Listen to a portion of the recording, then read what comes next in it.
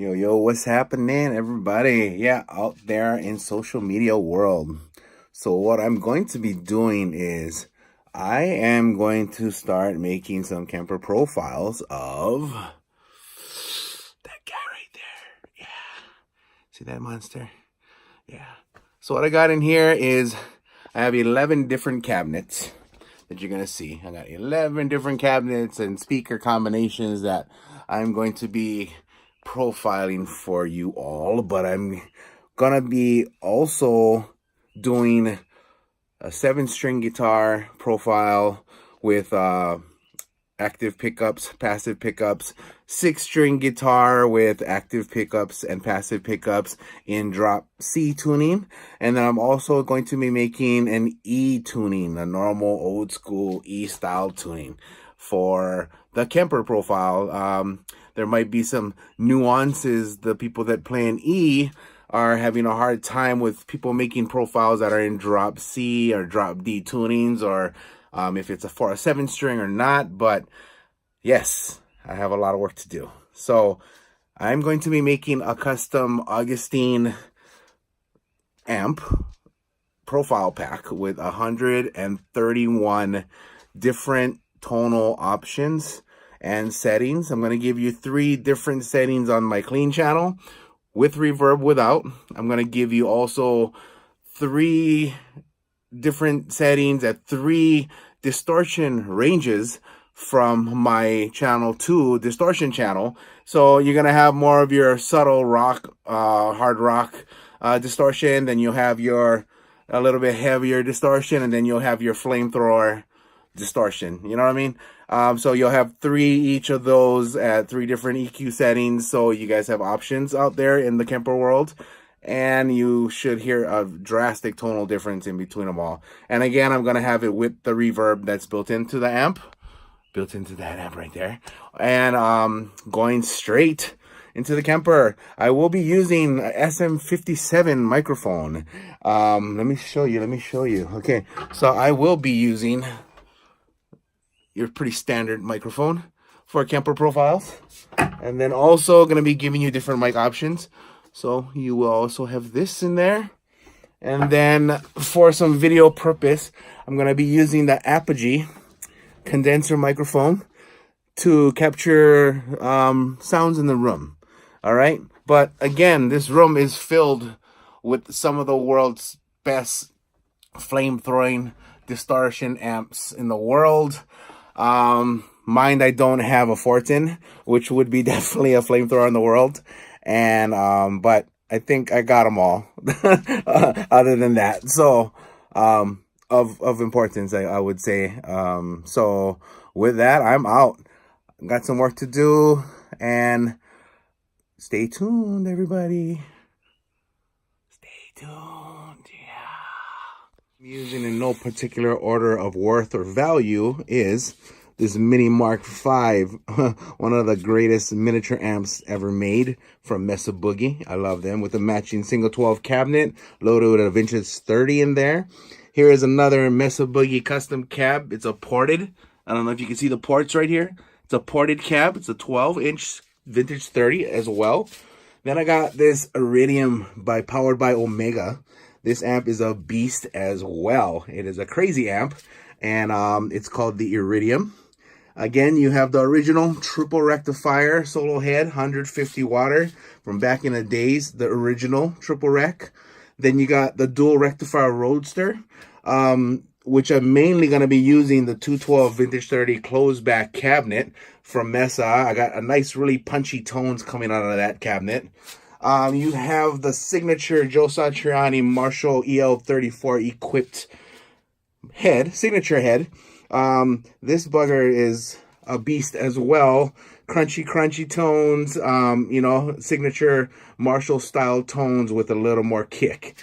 And then you got the standard 1960s lead, you know, the most common go-to cab in the world, Marshall 1960s lead cabinet, slanted with the G12-75 Celestion speaker. Here is my pride and joy right now is my Augustine Amplification amp. Right now it's called the Mark 13, and it's made in pain. And this was an amp that was in the making maybe about 1.5 to 2 years with Mr. Ben Verellen, and I contracted him out there to help me design my personal signature style amp. So the circuitry, the design, everything is mine. And Mr. Ben Verellen just beautifully put everything together and made it all work. So this is a prototype. There's the only one in the world.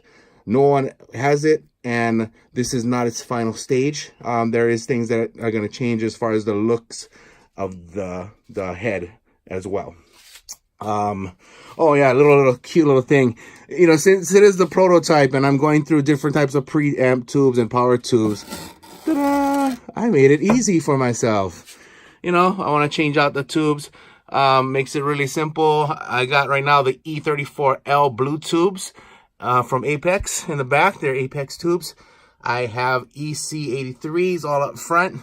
And yeah, so I figure let me just put this cute little Velcro deal in the front so I can maintain and manage my tubes while I'm going through this prototype stage. Again, signature style 1980s Mesa Boogie 412 half stack. So what you see in the combination is this is a stereo half stack like most are. But what is cool about this one is that you have the option for the top of the cabinet to be an open back and the bottom to be a closed back. So you really have a different tone if you want.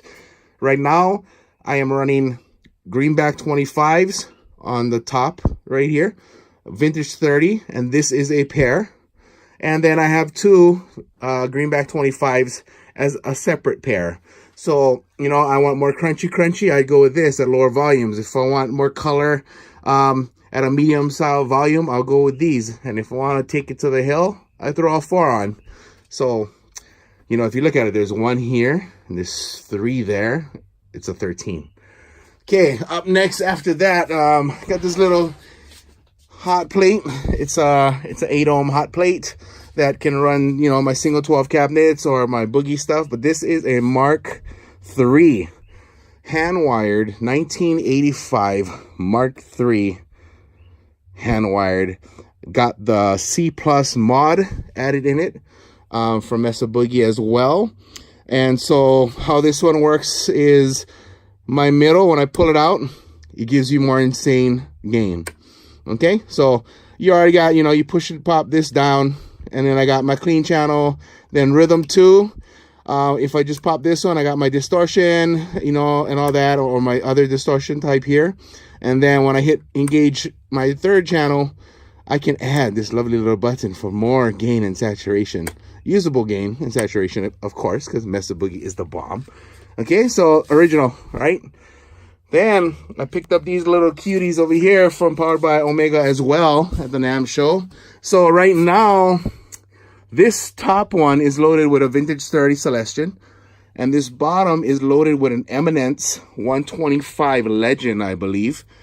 And for the Kemper profile, I'm going to change this out as well. I'm going to put the CV75 Eminence speaker back in to give you 3 different Omega options as far as cabinet sounds.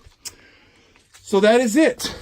We are in the live room, and a little glance at some of the world's best metal amps ever made.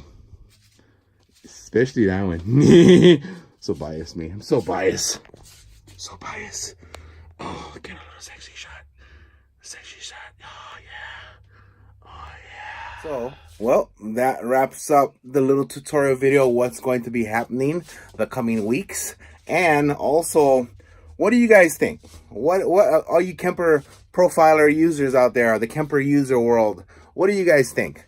One of a kind prototype amp, no one ever has, can't own, won't be able to own unless I manufacture them and sell them as you know, head versions of the amp, which I will be trying to make minis. And if you were to get a Kemper profile pack with 131 different flavors, different cabinets, mic option, guitar pickup options, what would you be willing to pay for a Kemper profile? Would it be safe to say $1 a profile? Or let me know in your comments. What do you guys think a Kemper profile pack, something like that, would go for? And what would you be willing to spend as far as a profile?